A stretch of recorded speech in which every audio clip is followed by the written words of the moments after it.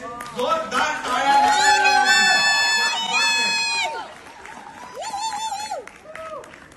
ही काळी बाहुली हवी होती मला.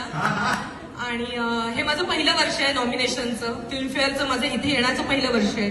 त्यामुळे माझ्यासाठी खूप खास होतं. नाच ग घुमा हा चित्रपट माझ्यासाठी खूप जास्त स्पेशल होता. कारण ऑफकोर्स मुक्ताताईसोबत मला स्क्रीन शेअर करायची होती. परेश मुकाशी सरांसारखे दिग्दर्शक होते. मधुगंधासारखी रायटर होती. सो